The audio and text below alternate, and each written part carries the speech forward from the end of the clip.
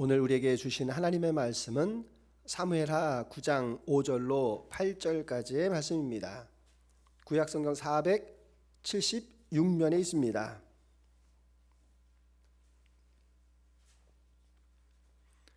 사무엘하 9장 5절로 8절까지의 말씀 찾으신 줄 알고 받들어 읽을 때 마지막 절 같이 합독하겠습니다. 다윗 왕이 사람을 보내어 로드 발암미엘의 아들 마길의 집에서 그를 데려오니 사울의 손자요 요나단의 아들 무비보셋이 다윗에게 나와 그 앞에 엎드려 절하매 다윗이 이르되 무비보셋이여 하니 그가 이르되 보소서 당신의 종이니이다. 다윗이 그에게 이르되 무서워하지 말라.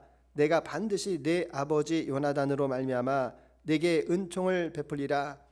내가 내 할아버지 사울의 모든 밭을 다 내게 도로 주겠고 또 너는 항상 내 상에서 떡을 먹을지니라 하니 그가 절하여 이르되 이 종이 무엇이기에 왕께서 죽은 개같이 나를 돌아보시나이까 하니라.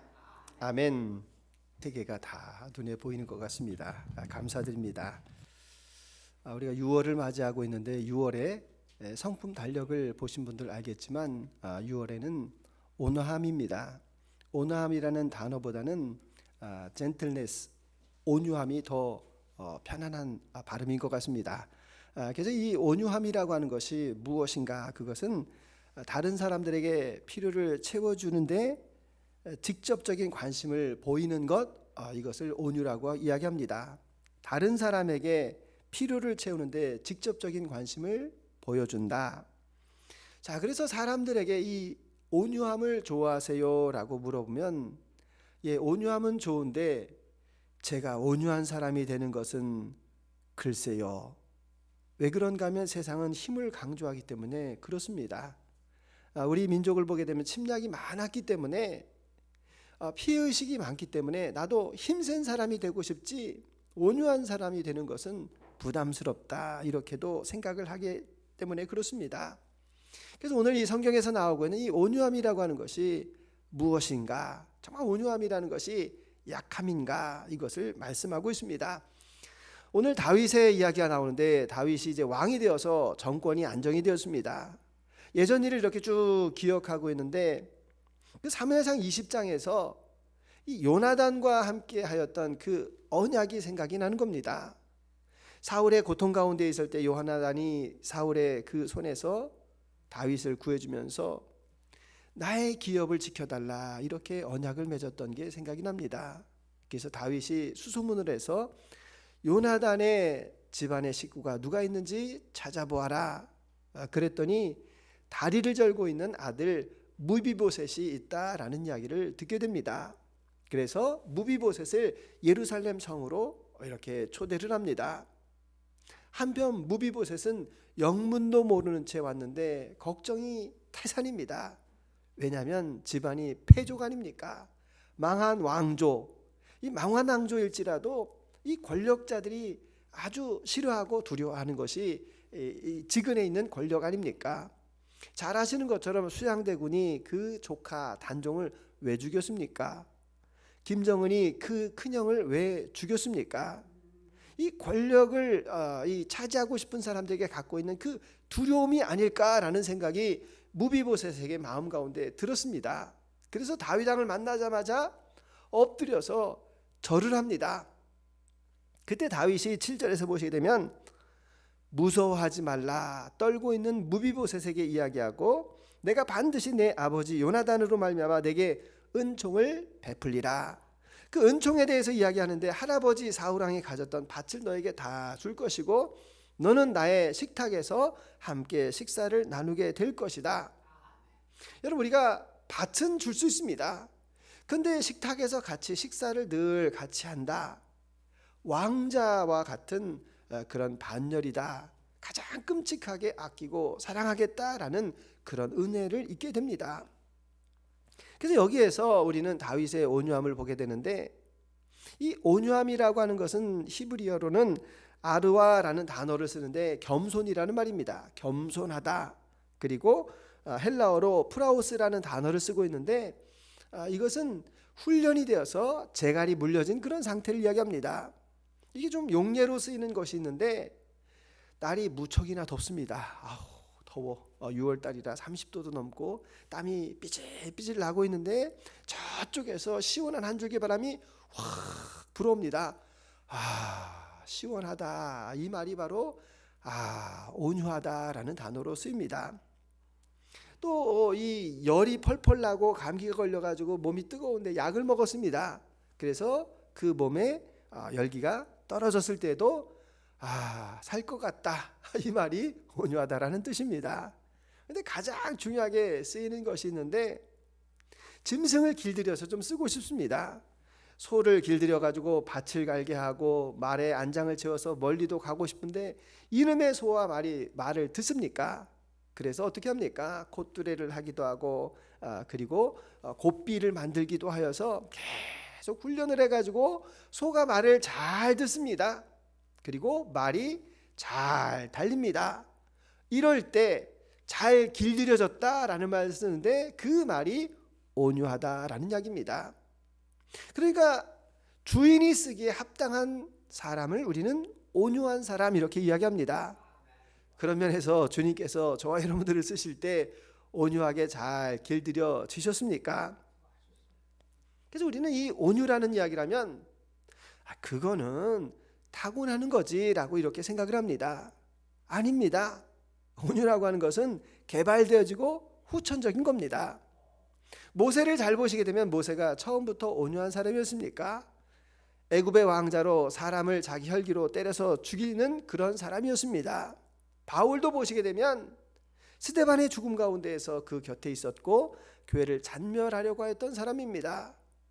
베드로를 보시게 되면 이곳에서 뛰고 저곳에서 뛰고 도통 감을 잡을 수 없는 그런 혈기가 많은 사람이었고 보아네고 우레의 아들 저 사마리아 이 사람들을 번개로 내려칠까요? 라고 했던 그 요한을 한번 생각해 보시기 바랍니다. 훈련을 받고 시간이 지나서 베드로가 소망의 사도가 되고 요한은 사랑의 사도로 바뀌어진 것을 우리는 알고 있습니다. 그래서 하나님께서는 저와 여러분들을 온유하기 위하여서 우리들에게 훈련을 허락하여 주시는데 그 첫 번째 훈련이 무엇인가 하면 어려운 환경 가운데 있게 하십니다. 자, 모세가 온유한 사람이 되는데 누구와 같이 있었습니까? 40년간을 불평하고 원망하고 있는 그 이스라엘 백성들과 함께하고 있습니다. 바울을 보시게 되면 그 사역 가운데서 계속해서 유대인들이 그를 쫓아오고 그리고 그 고린도 교회처럼 이렇게 교회의 갈등의 모습이 초대교회 가운데 여러 가운데 있어서 그가 서신을 쓰고 방문을 하기도 하는 그러한 과정들을 우리가 잘 알 수가 있습니다. 그러니까 저와 여러분들에게 혹시라도 난처하고 어려운 상황이 있습니까? 그 상황 가운데서도 이것이 주님께서 나를 연단하시고 훈련하시는 장소다라는 것을 깨닫는 것이 중요합니다. 다산의 마지막 질문이라는 책이 있는데 이 조윤재 씨가 쓴 것 가운데에서 일상 속에서도 나의 스승이 있다라는 부분이 있습니다. 다산은 길을 걸어갈 때 세 사람을 보게 되면 그 가운데 스승이 있다라고 이렇게 이야기합니다. 선한 일을 하는 사람을 통하여서 그 사람을 배우는 것입니다. 그리고 두 부족한 사람을 통하여서 나의 부족함을 깨닫는다 이렇게 이야기를 하셨습니다. 여러분 그러니까 우리의 삶 가운데서 나타나고 있는 이 여러 가지 어려운 일들에 대해서 그 불평에 대해서 은근슬쩍 덮고 지나가는 것이 아닙니다. 나를 불편하게 하고 나를 힘들게 하고 있는 그것들에 다 이유가 있고 하나님의 주신 뜻이 있음을 우리가 깨닫는 것입니다. 그래서 그것을 덮는 것이 아니라 나 자신을 돌아보는 것입니다. 나에게 왜 지금 화가 나는 것일까? 왜 나에게 이 짜증이 나는 것일까? 라는 것을 생각하고 그것을 돌이키는 것이 중요합니다. 현대인들이 가장 무서워하는 것 가운데 암이 있습니다. 여러분 이 암세포는 1g이 중요하다고 합니다. 요 1g 아주 작은 요 1g이 생기게 되면 그 다음부터 급속도로 번져나간다고 합니다. 그런데 그 1g이라고 하는 것이 5년에서 10년 사이에 이렇게 생성이 되어지는 겁니다. 그러니까 그 작은 것이라고 해서 그냥 넘어가는 것이 아니라 우리가 주의를 기울이고 관심을 가져서 나의 신앙을 갉아먹고 있는 그 암과 같은 그런 불평과 원망이 무엇인가라는 것을 발견하는 것이 중요합니다. 그래서 우리가 늘 자기를 돌아보면서 내가 하나님 앞에 부족한 것, 스스로 만족하고 있는 것에 대해서 돌아봐야 됩니다. 신앙이 이 정도면 되는 거 아니야? 우리는 이런 오해 속에서 살아갈 때가 있습니다. 내가 글쎄 하나님을 잘 섬기는 것 아니야? 스스로 만족하는 그 만족감을 다시 한번 점검해 보는 것이 중요합니다. 손흥민 선수의 아버지 이야기가 많이 나옵니다. 어떻게 그 손흥민 선수를 양발잡이로 만들어 가지고 프리미어리그에서 득점왕까지 만들 수 있었을까? 그 아버지의 교육 철학 가운데서 항상 이야기하는 것이 겸손해라, 겸손해라. 그 말이 무슨 말입니까? 온유해라, 온유해라 라는 그 말 아닙니까? 너는 아직도 세계적인 클래스가 아니다. 더 겸손하게 너를 연마하는 것이 너에게 중요하다라고 말하였던 그 크리스찬의 이야기도 우리가 잘 들어보실 필요가 있습니다. 그래서 나 자신을 늘 돌아보겠습니다. 하나님께서 허락하신 그 훈련의 장소에서 내가 주님만을 바라보기를 원합니다. 그러한 온유함이 가득하시기를 소망합니다. 또 하나님께서 우리에게 온유를 원하시는데 이것은 성령의 열매입니다. 우리가 노력하는 것이기도 하지만 하나님께서 주신 것을 깨닫는 것이 중요합니다. 그래서 어떤 환경 가운데서도 내 힘이 아니라 이 환경 가운데 성령께서 나에게 무엇을 말씀하시는가라는 것을 깨닫는 겁니다. 이 온유함을 이야기할 때 모세를 빼놓고 이야기할 수가 없습니다. 자, 민수기 12장을 보게 되면 모세가 구스 여인을 취하였을 때 그의 누나와 형이었던 미리암과 아론이 모세를 비난합니다. 그 비난이 지나쳐서 나중에는 하나님께서 너에게만 말씀하시느냐, 이 리더십에 대해서 공격하고 있는 그런 장면들을 봅니다. 그때 12장 3절에서 하나님께서 말씀하십니다. 모세는 세상의 모든 사람 가운데에서 온유함이 가장 더하다라고 하나님께서 보증하시는 것을 볼 수가 있습니다. 자, 그러면 이 온유함을 가지고 있는 모세는 어떤 것 때문에 온유해졌을까?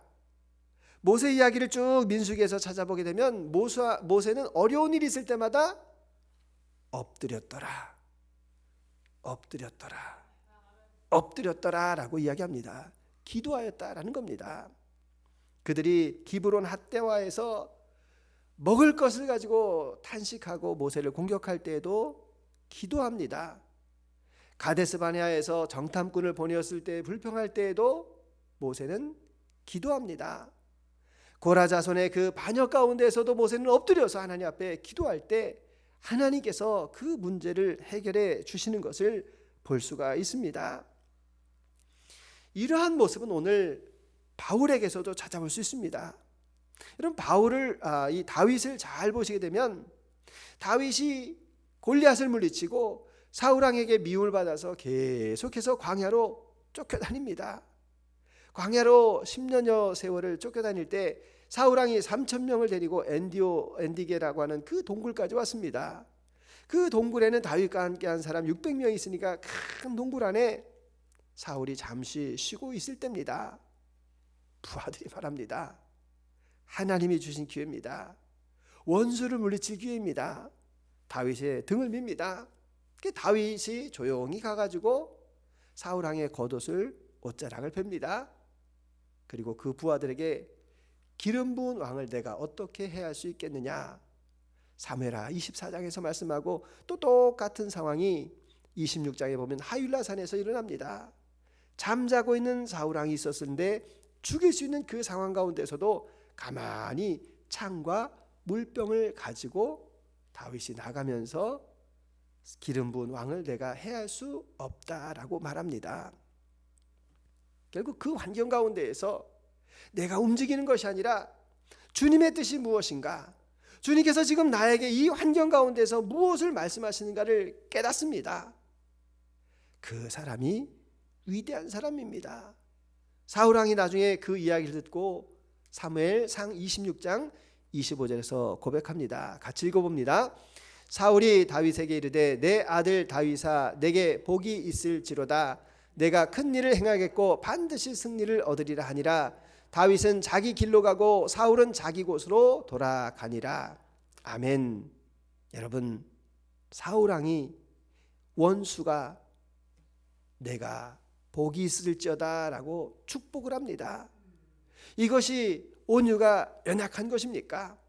온유를 통하여서 원수를 이기는 능력이 바로 여기에 있음을 이야기합니다. 그래서 우리에게 필요한 것이 있는데 그것은 바로 그 온유한 마음을 지키는 것입니다. 잠언 32장 같이 읽습니다. 노하기를 더디하는 자는 용사보다 낫고 자기 마음을 다스리는 자는 성을 빼앗는 자보다 나으니라. 아멘. 마음이 중요하다는 이야기입니다. 하나님께서 저와 여러분에게 생명을 허락해 주셨는데 그 생명을 어디에다 허락하셨습니까? 재물에다가 생명을 허락해 주셨습니까?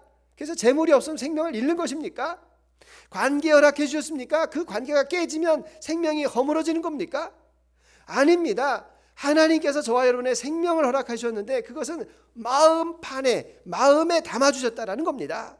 그래서 무릇 지킬 만한 것 가운데 더욱 힘써서 마음을 지키라라고 잠언에서 말씀하고 계십니다. 이 마음이 얼마나 중요한가? 25장 28절 읽습니다. 자기의 마음을 제어하지 아니하는 자는 성읍을 무너지고 성벽이 없는 것과 같으니라. 아멘. 마음 가운데 있는 그 온유함을 우리가 지킬 때 성읍과 그 성벽을 지켜나갈 수 있음을 우리에게 말씀하고 있습니다. 저는 얼마 전에 시골에서 목회하시는 분과 같이 이야기할 기회가 있었습니다. 시골에서 목회하니까 얼마나 어렵습니까? 시골에 사람도 별로 없는 데다가 이제 이 교인들이 점점 나이가 들어갑니다. 신방을 하려고 해도 한 이틀만 하면 다 할 수 있는 그런 곳입니다. 그리고 도회지에 가끔 나올 때 이 다른 동료 목사님들을 볼 때 부러운 마음이 왜 없었겠습니까? 마음 가운데 낙심하며 하나님 앞에 기도합니다. 하나님, 저도 큰 일을 하고 싶다고요. 저도 하나님 앞에 다른 동료들과 같이 크게 쓰임 받고 싶습니다. 그런 기도를 드렸습니다. 그때 하나님께서 그의 마음 가운데 표징을 보여주시는데 장기판을 보여주십니다. 장기판을 가만히 이분이 보고 있는데, 여러분 이거 잘 보시게 되면 장기를 좀 아시는 분들은 외통수에 딱 걸리게 생겼습니다. 지금 제일 중요한 게 차가 필요하고 포가 필요한 게 아닙니다. 지금 제일 중요한 것은 저 상의 길을 막는 쫄이 중요하다라는 이야기입니다. 깨달았습니다. 하나님께서 나를 포로 만드신 것도 아니고 차로 만드신 것도 아니고 나를 졸로 만드셨는데 그 졸에 있는 그 위치가 얼마나 중요한가라는 것을 나에게 말씀해 주셨다. 하나님 감사합니다. 나에게 주신 이 자리에서 나는 불평하지 않겠습니다. 나를 졸로 만드신 것도 하나님이신데 내가 이 장기판을 지켜나가는 믿음의 용사임을 내가 고백하겠습니다 라는 그런 기도를 드렸다라고 합니다. 그 말을 듣는데 저도 너무너무 은혜가 되는 겁니다. 우리의 성품이라고 하는 것 천성적인 것 아닙니다. 기질과 성격은 성품적으로 타고나는 거지만 여러분 우리가 계속 말씀을 드리는 성품은 훈련해가지고 갈고 닦는 것입니다. 그래서 성품이라는 단어를 캐릭터 잘라내다라는 단어를 씁니다. 그래서 우리가 성품 달력을 보면서 6월 달에 온유구나라는 걸 생각하고 거기에 나와 있는 그런 말씀들을 보면서 주님 나에게 그 온유함이 더 드러나기를 원합니다. 나의 그 옛사람을 계속해서 잘라냄으로 인하여서 내가 점점 하나님의 성품을 닮은 사람이 되기를 원합니다. 그것이 우리가 이 성품 달력을 쓰고 있는 그런 이유 아니겠습니까? 그래서 온유라고 하는 것은 언제든지 주님과의 관계를 먼저 생각하는 겁니다. 그래서 우리가 때때로 짜증을 낼 때가 있습니다. 짜증을 낼 때라고 하는 것은 나의 안전에 문제가 생겼다라는 표시가 됩니다. 우리가 원망하고 불만을 토로할 때가 있습니다. 그때는 나의 문제 가운데 소유의 문제가 생겼음을 우리는 압니다. 잘 보시게 되면 잠을 고나게 자고 있는데 누가 깨웠습니다. 그럼 여러분 어떻습니까? 짜증이 납니다. 왜냐하면 내가 안전하게 잠을 자고 싶었는데 깨웠으니까. 누가 내 먹을 것을 여기다가 잘 보관했는데 먹었습니다. 그러면 뭐가 납니까? 화가 납니다. 왜냐하면 내 소유에 손을 대었기 때문에 그렇습니다. 근데 잘 생각해 보시게 되면 잠을 주신 분이 누굽니까? 소유를 주신 분이 누굽니까? 주님께서 우리에게 특별한 은혜로 잠을 주시고 우리에게 소유를 주셨는데 이걸 내 특권으로 생각해서 내 잠을 괴롭히는 사람은 내가 짜증을 낼 거야. 내가 내 먹을 것을 건드리는 사람은 내가 화를 낼 거야 라고 그 소유액에 대해서 우리가 발동하고 있는 것을 우리가 잘 생각해 보는 것이 중요합니다. 그래서 우리는 어떤 상황 가운데서도 주님께서 허락하신 그것을 내가 믿음으로 받아들이는 것, 그럴 때 우리는 온유를 누릴 수가 있습니다. 이 온유를 누리게 하신 그 예수님을 다시 한번 생각해 보시기 바랍니다. 믿음의 주요 또 온전케 하시는 이 예수를 바라보자. 나는 온유하고 겸손하니 나의 멍에를 매자라고 주님께서 말씀하십니다. 예수님의 사역을 우리가 잘 보시게 되면 예수님께서는 변명하실 기회가 많았습니다. 짜증을 낼 이유가 많았습니다. 분노하시고 화낼 이유가 많았습니다. 억울한 일도 많았습니다. 그럼에도 불구하고 예수님께서는 무엇을 말씀하십니까? 십자가를 지시기로 결정하시면서 나에게 12영이나 되는 군단을 부릴 줄 아는 것을 너희가 모르느냐라고 말씀하고 계십니다. 그 능력을 철저하게 감추시고 그 능력에 관심을 가지고 있습니다. 그 능력에 대한 관심이 어딥니까? 그것이 바로 저와 여러분의 생명에 관심이 있으셨다라는 말씀입니다. 그 예수님의 생명으로 저와 여러분들의 생명을 바꾸어 주셨습니다. 그것이 예수님께서 우리에게 보여주신 가장 큰 가치, 가장 온유함이다라는 것을 우리에게 말씀하고 계십니다. 그래서 온유라고 하는 것이 무엇인가 하면 예수님께서 나에게 주신 그 은혜가 있습니다. 내가 그 성품과 그 은혜를 담기를 원합니다 라고 고백하는 것이 바로 온유가 되기도 합니다. 우리가 무비보셋을 한번 보시기 바랍니다. 무비보셋은 다윗에게 은혜를 입었습니다. 전혀 뜻밖이고 전혀 예기치 않은 상황 가운데 받은 그 은혜에 대해서 그는 감사하고 그 은혜를 간직하고 있습니다. 그리고 나서 나중에 다윗에게 어려운 일이 발생하죠. 그의 셋째 아들이 반란을 일으키게 됩니다.